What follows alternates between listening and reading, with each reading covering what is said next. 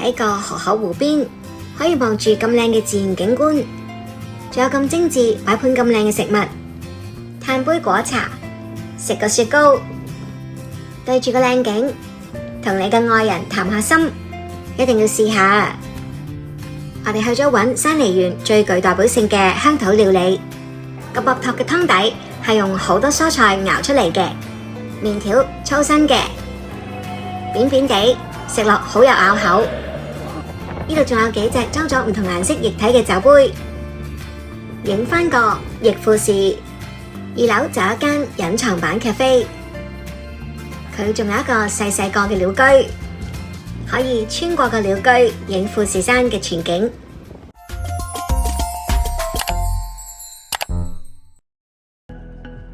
Hello， 大家好，我係 Echo， 歡迎嚟到生活 DNA。多謝大家繼續陪我哋帶阿媽去東京睇富士山放題，成朝睇咗富士山同知英祭，目不暇給。不過個肚就好空虛，所以我哋就帶阿媽去一間 cafe， 可以對住富士山食一個下午茶。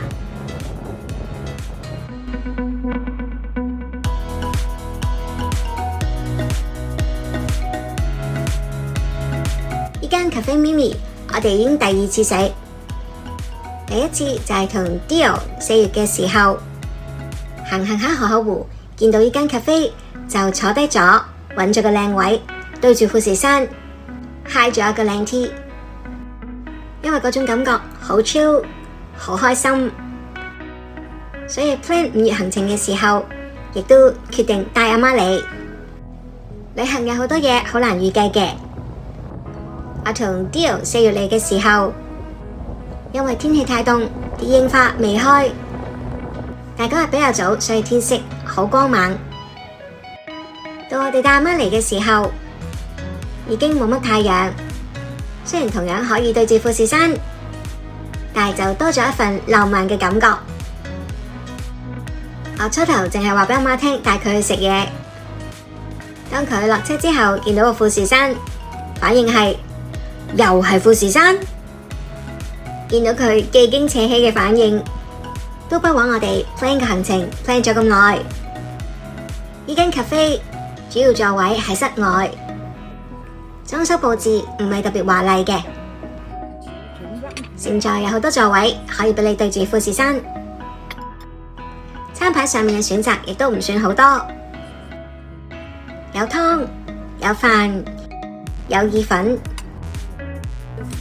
仲有甜品。食物質素我覺得係中上嘅，喺個河口湖邊，可以望住咁靚嘅自然景觀，仲有咁精緻擺盤咁靚嘅食物。如果大家下次嚟河口湖，一定要試下。我同 Dio 第一次嚟嘅時候，兩個人唔係叫咗好多嘢食，每一樣都好好味，所以到第2次同埋媽咪家姐再嚟，我哋除咗可以再 encore 好食嘅嘢之外，亦都試多咗好多唔同嘅新口味。雖然我哋第2次去嘅時候已經差唔多5月中，但係嚟到河口湖呢個位置，就算有太陽都覺得好涼快，所以大家一定要做足準備。如果真係太大風，你哋都可以選擇去室內食嘢。室內嘅位置唔係好多，有瓦遮頭，英式設計，隔住塊玻璃一樣可以見到富士山。喺室內食嘢冇咁 chill， 不過就多咗一份溫馨嘅感覺。而間小 cafe 喺室內嘅時候係要首先除咗鞋先㗎。另外 cafe 只係收現金，咁靚嘅位置，價錢當然唔會好平啦。如果大家嚟到係想食得飽嘅，人均可能都要預200多蚊。如果純粹係諗住坐下歇下腳，嘆杯果茶，食個雪糕，對住個靚景，同你嘅愛人談下心，價錢比喺香港嘆個 high tea 都仲要平好多。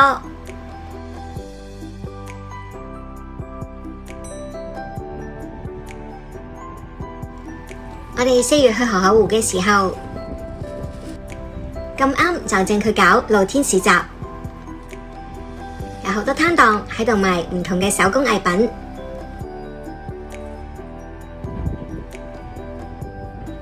如果你嫌自己嘅攝影技術未夠好，都可以喺度揀返幾張 postcard 送俾朋友。除咗就咁用肉眼睇富士山之外，呢度仲有幾隻裝咗唔同顏色液體嘅酒杯，影返個逆富士。我同 Dio 度位度咗好耐，大家睇唔睇到酒杯裏邊嘅逆富士啊？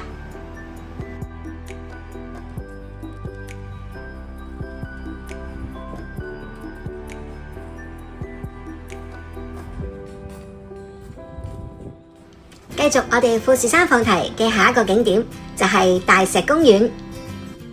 同樣我哋4月同5月都有去。富士山一樣咁靚，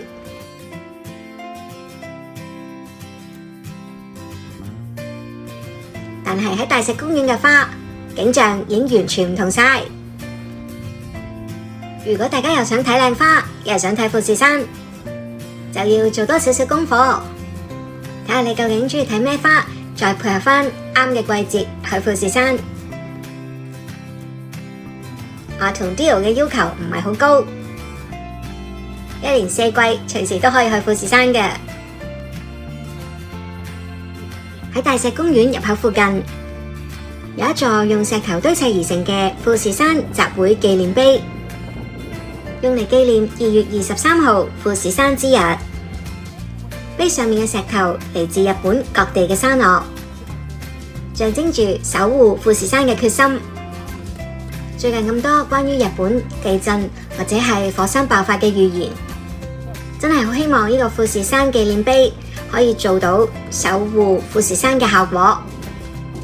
無論喺7月定其他日子，都唔想見到佢有火山爆發嘅一日。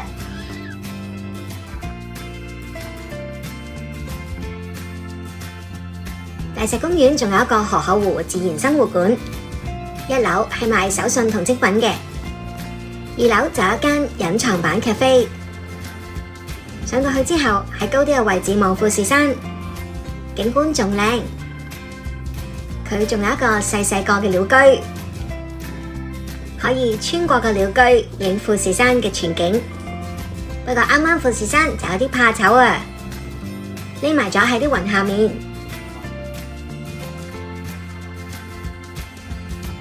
咁我哋就去返1樓，繼續買精品同手信。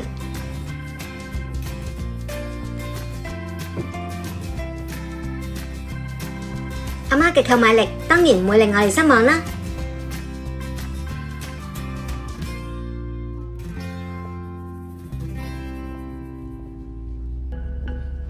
買完嘢，我哋又繼續食。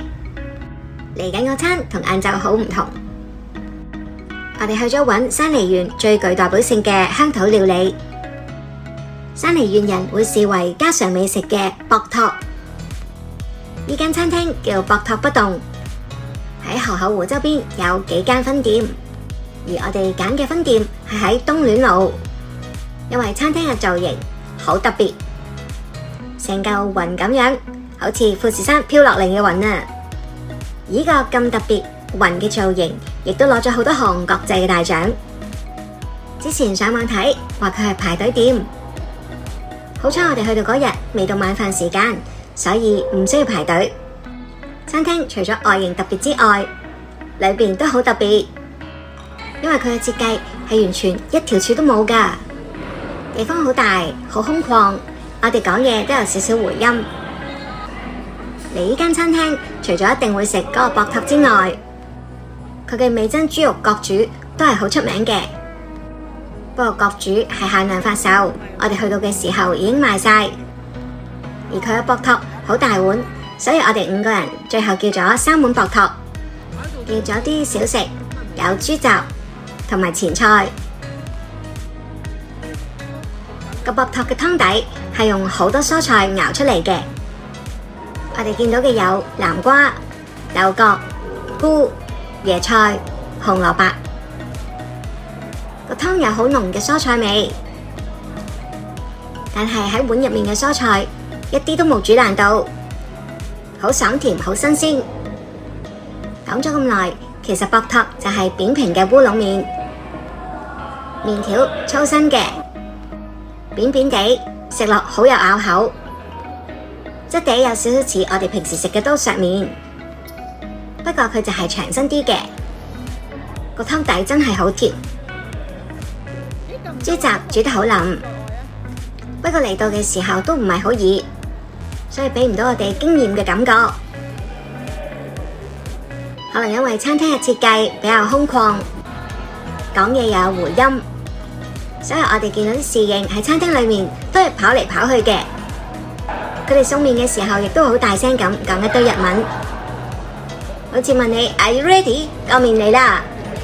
而佢哋咁大聲講嘢嗰個回音係全個場都聽到嘅，所以嚟呢間餐廳食嘢唔係淨係食食物嘅味道，仲有食佢嘅環境氣氛，同埋所有侍應嘅熱情。